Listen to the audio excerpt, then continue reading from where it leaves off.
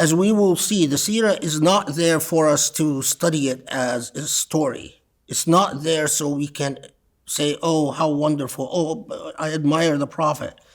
The point is repeatedly to use the Sirah to interrogate your own sense of morality and the way that you choose to handle your own feelings and your ideas.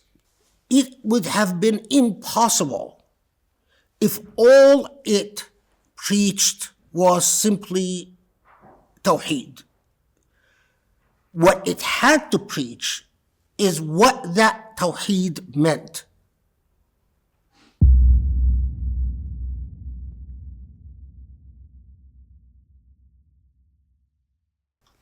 There are a couple of themes that were raised in our previous halaqah that I want to underscore because of all that will be built upon them. So we should by now all be quite familiar with the fact that this is when Allah speaks about the first masjid or the first bayt or the first sanctified place of worship placed for human beings is in Bakkah. It's this location in Mecca. And the second that is by a number of hadiths, we know that the second, as well as of course several references in the Quran, that the second sacred site for monotheism, for Tawhid, is in Al-Quds, in Jerusalem, in Palestine. And that for reasons that there are issues, there are questions that are, the why is never accessible to us because the why belongs to the kingdom that created this world, to the mulk, to the creator. And it is the why, regardless of the amount of justifications that we can garner up or that we can try to speculate about, the why is not ever decisively answered. So why does Allah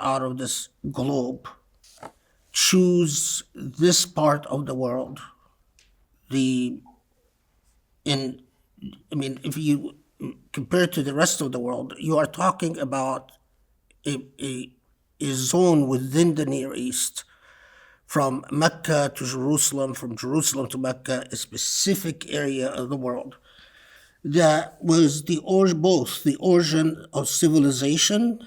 Historically, we know that this is where civilization emerged. Most of recorded history unfolds in this limited region of the world,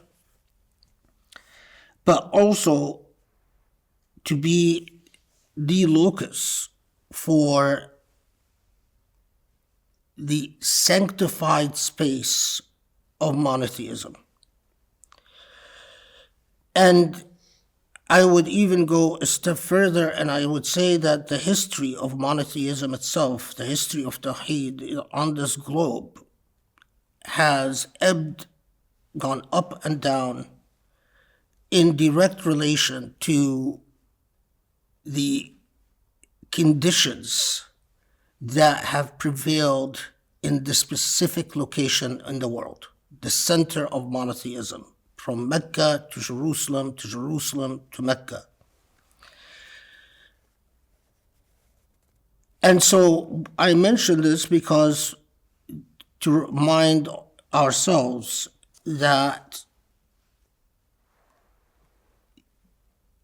at the time that Muhammad ﷺ comes to this world, there is, as I said before, there is already a mythology in this region about yet an awaited Messiah.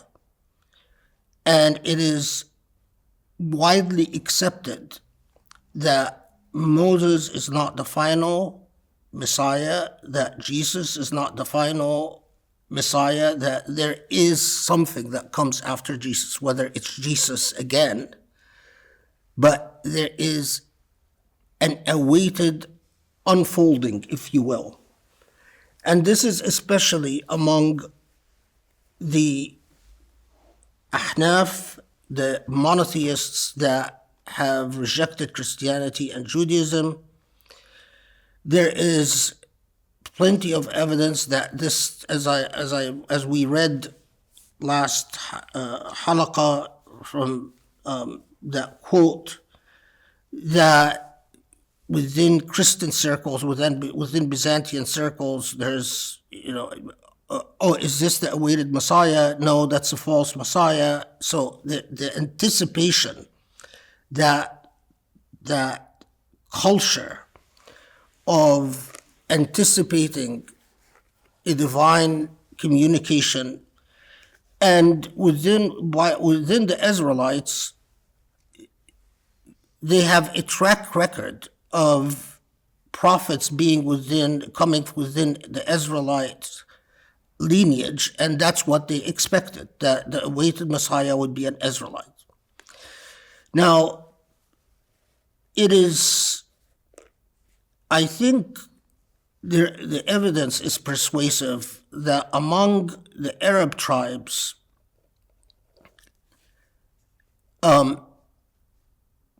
while they would hear this from the folks from the Ahnaf, from the monotheists, and while they would hear this from the Israelites, and while they would hear this from the number of Christians among the Arabs was, especially in the area of Hijaz, was small. But while they would hear this from Christian sects, the record is persuasive that they did not anticipate that it would be one of their own ranks, and in fact several have tried to claim among the Arabs that they are the awaited Messiah before Muhammad ﷺ, and there was no success. Each claim fizzled out without much, and that the Arabs at the same time regarded this whole issue of Messiah from the perspective of an outsider. So they did not anticipate a leadership role about the awaited Messiah. And when you think about it, that actually was quite beneficial, because if an awaited Messiah came within Israelite circles or Christian circles, they would have to contend with a great deal of existing theology, that theological institutions that you would have to engage from the very beginning, and there are existing structures of authority. In other words, the critical element that is missing within this already existing, well-established religious circles is structures of authority. The critical element that's missing is space, freedom. If you will, it's like having whether you have a semi-blank page to write on, or a page that is already covered with writing, and you have to contend with this writing to make any dent. That's one element. The other element is that, as we will see, that time and again, as we go through the Sirah, we will ask ourselves this question as we study decisions and consequences of several of the early followers of the Prophet ﷺ, and ask ourselves, if we were in that position, what would we have done? Because if you ask that question, and if you internalize the position of the individuals that you are reading about, you put yourself in their position, you embody that historical moment with all its complexities. As we will see, discover something that is, you needed exactly the right type, the right mixture of exactly sort of the right balance between humility to listen, humility and openness to listen to something that you're unfamiliar with, enough openness and humility to lead to acceptance. Because the worst thing about cultured people, if you will, educated people, is resistance, is that they have already made all types of normative commitments in their heart, in their mind, and it is very difficult to come and undo what is already done. It is difficult to find space to negotiate anything new to their awareness. But also at the same time that you needed this humility, you also needed just the right amount of autonomy and independence. The type of pride that is the opposite of humility, especially vis-a-vis of traditional institutions of power, so that you would be willing to defy, to resist, to insist on a position, even if it leads to the unraveling of everything that you are familiar with. And so, and I believe that the Sirah is there to constantly ask us that question: if you were in that position, what would you have done? As we will see, the Sirah is not there for us to study it as a story. It's not there so we can say, oh, how wonderful, oh, I admire the Prophet. That's not the point. The point is repeatedly to use the Sirah to interrogate your own sense of morality and your own, the way that you choose to handle your own feelings and your ideas. So, in every real way, I mean, just to skip ahead a little bit, when you see that the Prophet ﷺ, the day he comes back from Badr, happy about a victory, is the very day he learns about the death of his daughter. And just ask yourself, what if you were in that position? What would be your breaking point? Would you feel betrayed? Would you tell God, I just won a battle for you, and this is how you reward me? You take away my daughter the very day that I fought a battle for your sake and won?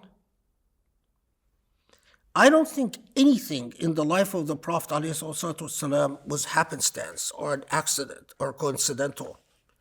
In fact, there's a hadith that you don't hear that often where the Prophet ﷺ says, there isn't a marriage after Khadijah that I have entered into that was not the result of a direct divine command. So his marriages, and we're not taught that normally about the Sirah, but his marriages and everything about him was quite intentional and purposeful, with a point. Or ask yourself the famous story when in Iraq, a man tells Abu Dharr al-Ghafari, I wish I was there at Badr to fight on the side of Muslims. And Abu Dharr al-Ghafari tells him, you don't know what you are saying. We had to make the decision to fight our fathers and our sons and our brothers. The people we were fighting were our own blood. We had to make the decision to put the principle ahead of all else. And you ask yourself, because you must, where else in the world was that feasible? Cultured people develop vested interests. Civilization is wonderful in the sense that it brings comforts, but civilization is also horrible because it indoctrinates the intuitive senses and the intuitive impulses of the intellect. It crafts it as it sees fit for whatever civilization or cultural paradigm you come from. And among the indoctrination and among the acculturation that you go through is that you put all types of things ahead of principle and ahead of belief, including yourself. So that type of purity of purpose where you say, no, I will do such because it is right, even if it will lead to, as many of the companions, their marriages ended because of their decision to become Muslim. As we will see, there were numerous instances where the husband converts but the wife doesn't, or the wife converts but the husband doesn't, and so on. And it's one thing when you say, okay, well, I have to lead an independent life away from you, with all the challenges that this comes with. I have to break away from everything that I was accustomed to in my household, with my family, because of that conviction, because of that belief. And then another layer is added when the time comes and says, well, because of this belief, not only do I have to leave everything I was familiar with, but now I have to immigrate to a foreign land and go live in Abyssinia, where I when all is said and done, I'm a foreigner in a foreign land, I'm a guest. But then it is further tested even in a tougher way. And when in Badr and Uhud, the early battles, when you say, well, not only is there the distance, the separation, but now I actually have to stand in battle. This is, and again, when you reflect upon, it's like the same thing we did with the Quran. You see an engineer, the hand of an engineer behind everything. But I also, I was going to wait to say this later, but might as well say it now and then we'll come back to it again. The engineer is always there. The will of Allah is always there. It is you and I that choose to see it or not to see it. In the same way that the engineer in the Quran was always there. There are people that read the Quran and they don't see the hand of the engineer. The hand of the engineer in the Sirah has always been there. And there are numerous Muslims, as we will see, droves of Muslims that read the Sirah, and all they could see in it was their political interests, their social causes, whatever historical battles that were the battles of the day that they wanted to weaponize the Sirah for. But the Sirah is there not for any of that. The Sirah is there to show you the hands of the engineer.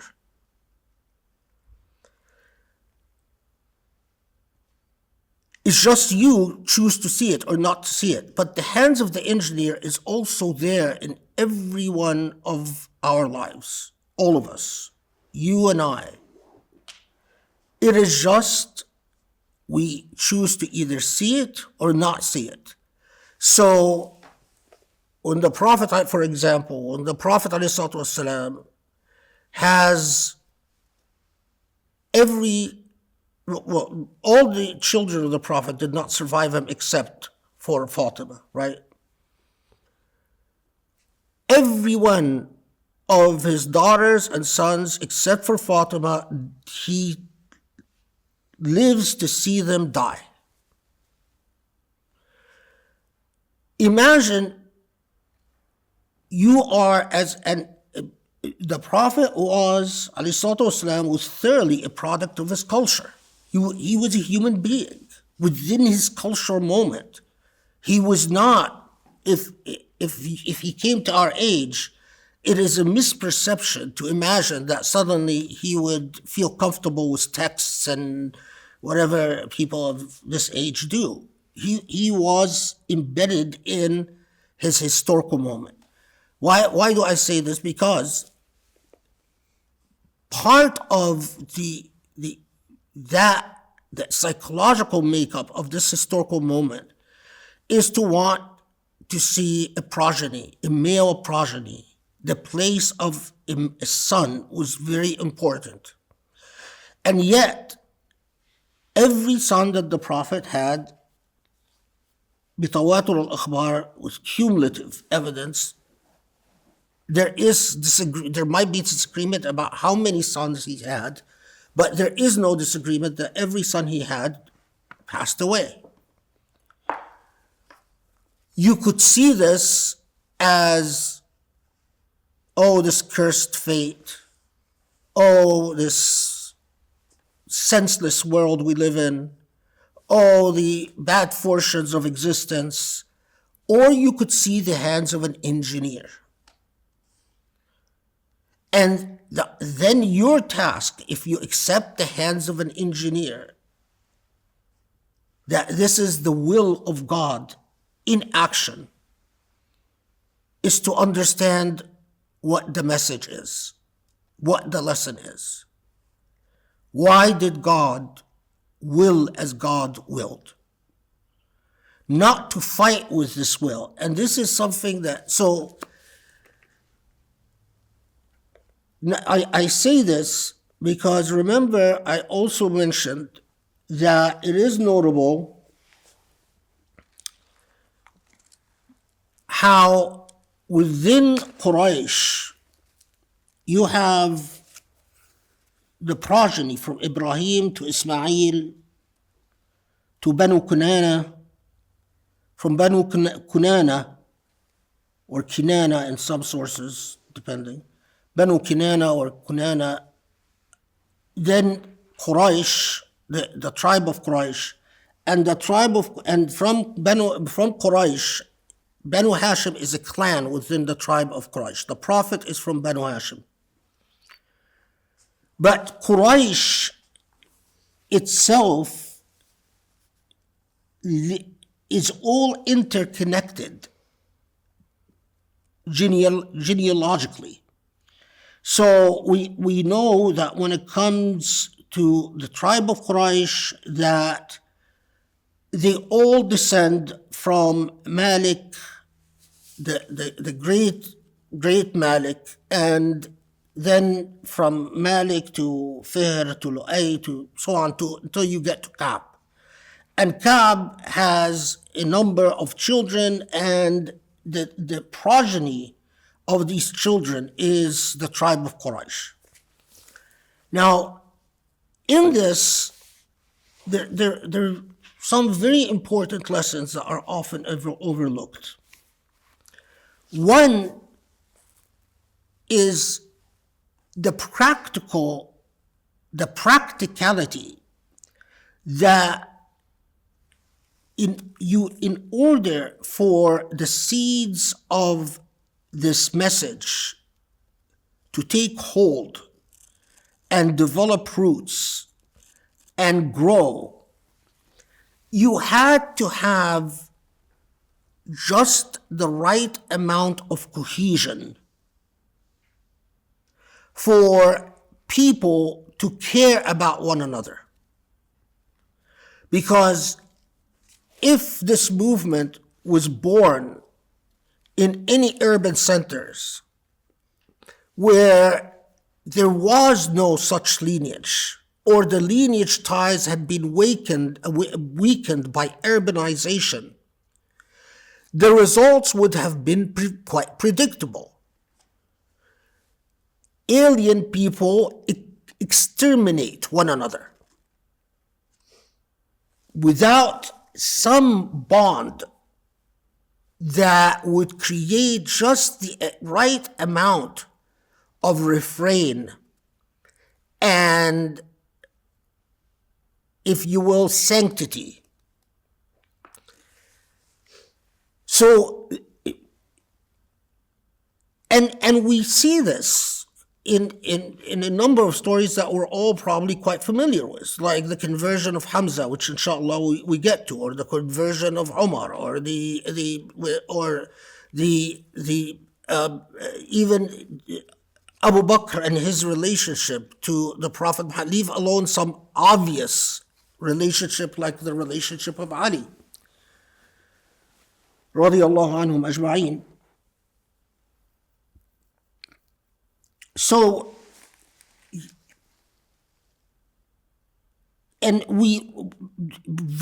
from the very first revelations, Allah is constantly citing the example of Fir'aun, and Allah is citing the example of Fir'aun for many reasons. Among those reasons is what the feeling of alienage does to people.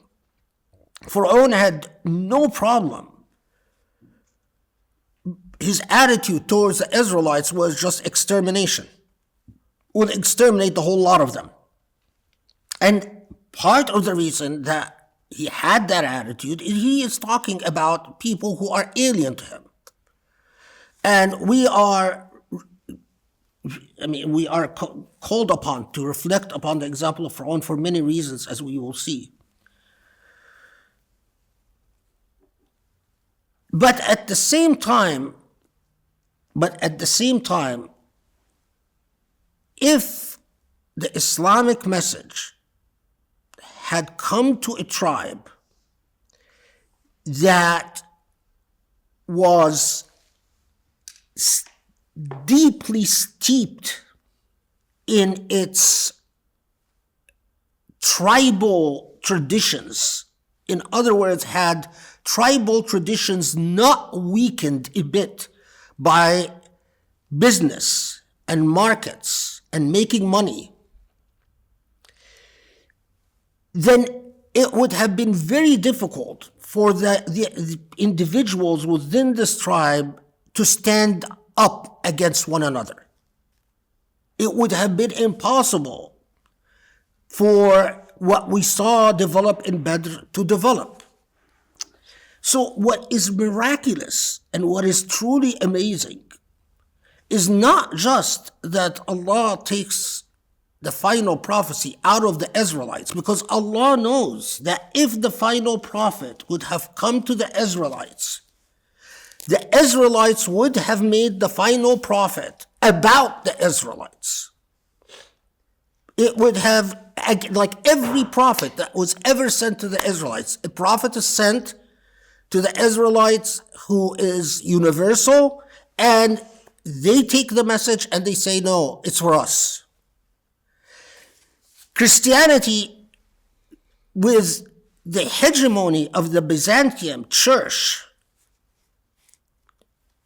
and the theology and the theological,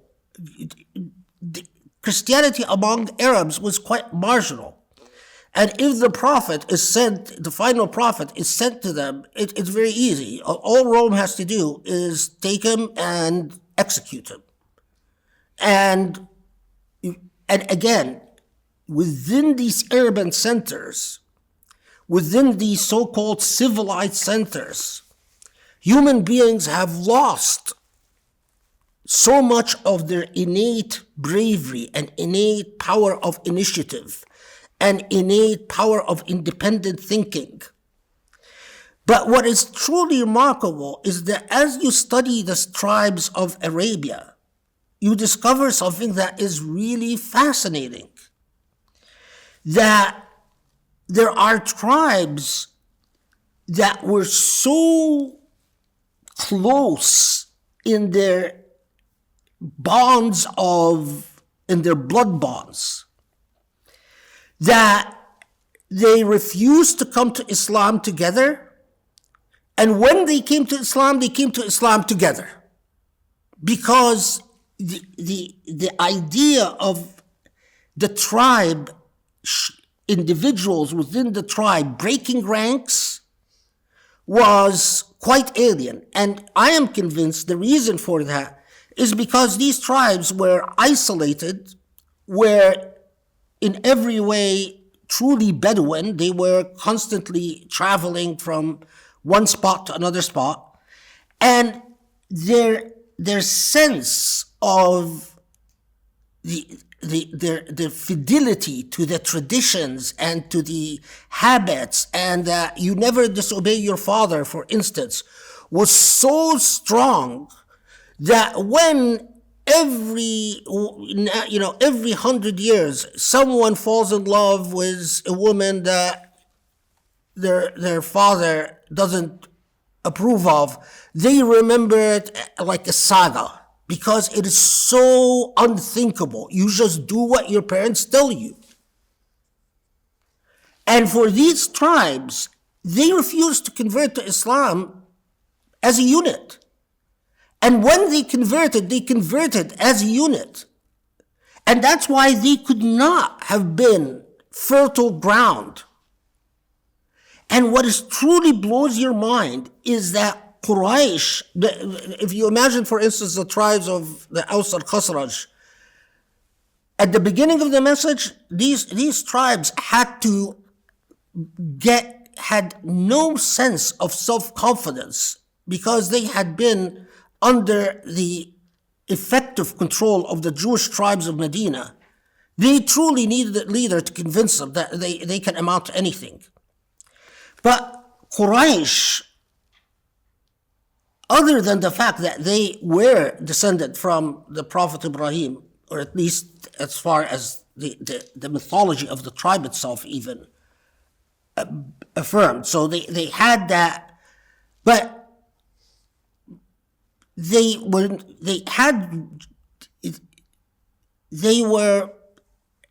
not a, what is the word I'm looking for when you travel around? Tribe that travels around. Nomadic. Yeah, they were not a nomadic tribe.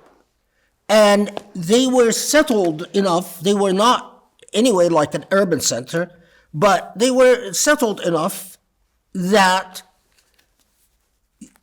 lineage can provide the right type of, the right type of bonds, social bonds between them, but not oppressively so that there would be no possibility of a show of autonomy or show of independence or show of free thinking, if we can. Okay. And I will return to this a number of times as I illustrate a number of things, because of the importance and because of just the amount of modern Muslims have, their minds are so colonized that even the simplest whys and hows they seem to have lost. And one of those is they seem to think that it could have happened, Islam could have just come anywhere. And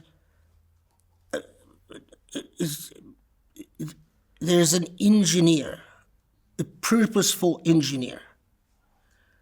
And why we cannot answer why Allah chose the Near East to be the center of monotheism forever, in the same way we cannot answer why purportedly this is going to be where people stand in the final day for the first phase of judgment, where Quds is, where Jerusalem is, onwards. I mean, you start in Jerusalem and then you expand outwards. These are things you can't. But there are things that we can clearly see the hands of an engineer in. Okay, so, and we left off at the last halaqah talking about, I sort of jumped ahead a little bit, that examining both the dynamics of the very early message of the Prophet ﷺ, what the Prophet was inviting people to, we find that there are these core principles that, while, as I said, you have that center of people that are related to one another in blood, but the message itself is normatively universal in that it invites among the mawali, among those who are from the most distant tribes or tribes not related at all, and what ignited the imagination was not the Tawhid just by itself, because the Tawhid was known. I mean, the Ahnaf had been talking about Tawhid for centuries. The Israelites had the Tawhid. The Christians claimed to have Tawhid, but it was very confusing for Arabs because they sounded more like them, that they had several They worship several deities. But nevertheless, the idea of Tawhid was by itself not alien. What did ignite the imagination, what did excite people, is that this was not Tawhid in which you are going to engage in the practices of religion in the traditional classical way, where you make sacrifices, you offer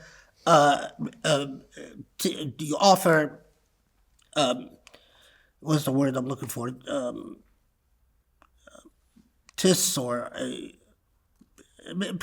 payments for purification, and you have a set of rituals that you practice disconnected from any normative moral values. But what excited and invited people and made it would have been very easy for people at the time to say, this is a Qurayshi deal. What do we have to do with it?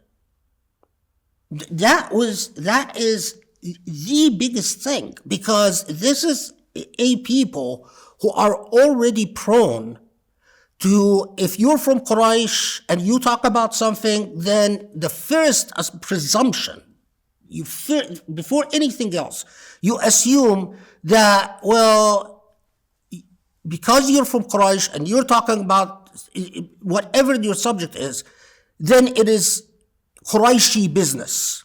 That was the social structure. So what did the Prophet ﷺ and the early Muslims have to say to convince people that this is not Qurayshi business?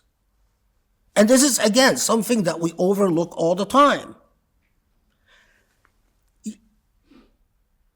There had in the message itself to overcome that presumption that this is just Qurayshi business, or this is just, Arab business.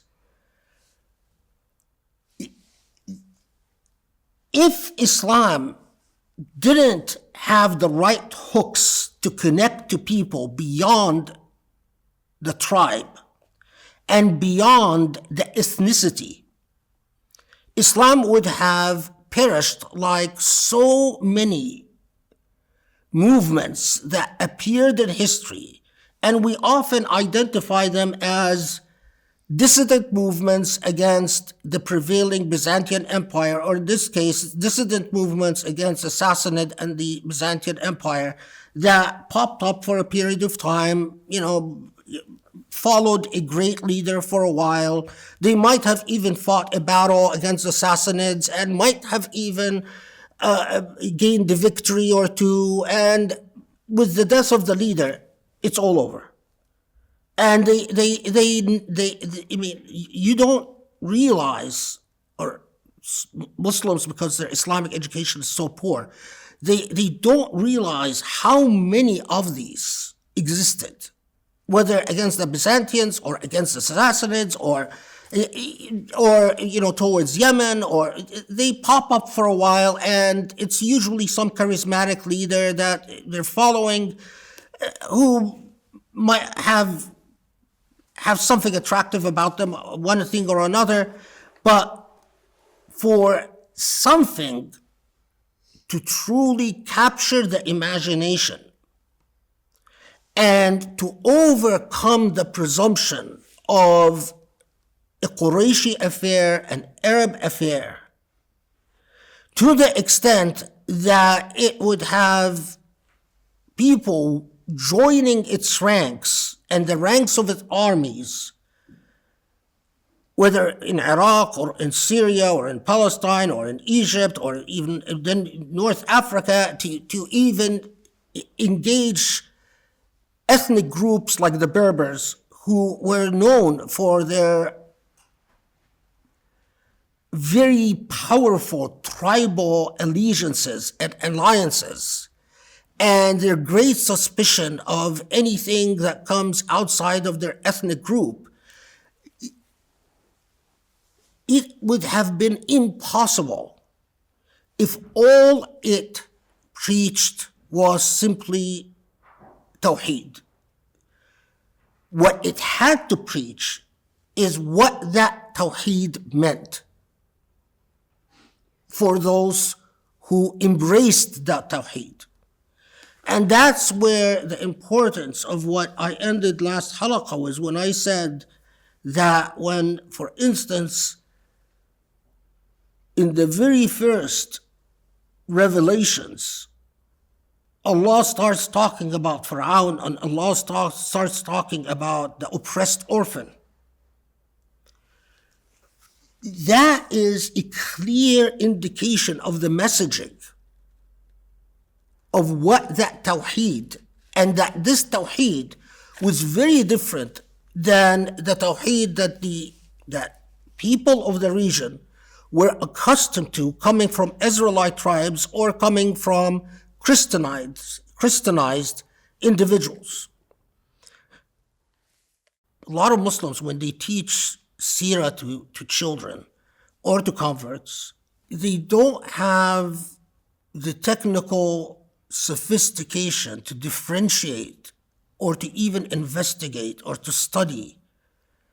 And so they teach everything just because it's found in certain books. It does cause harm, because then the attitude towards the Sunnah as this hodgepodge of narratives, many of which are fantastical, is affirmed.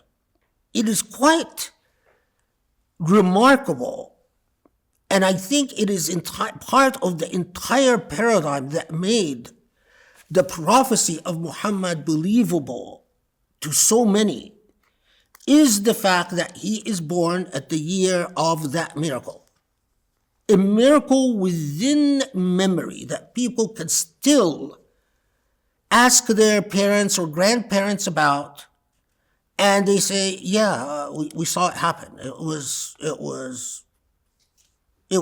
inexplainable. I mean, something profound happened. That huge army got destroyed. Abraha himself became ill and died, and this entire army seems to just have fallen to pieces, and we don't understand quite what happened, because it was beyond anything we've seen in nature before.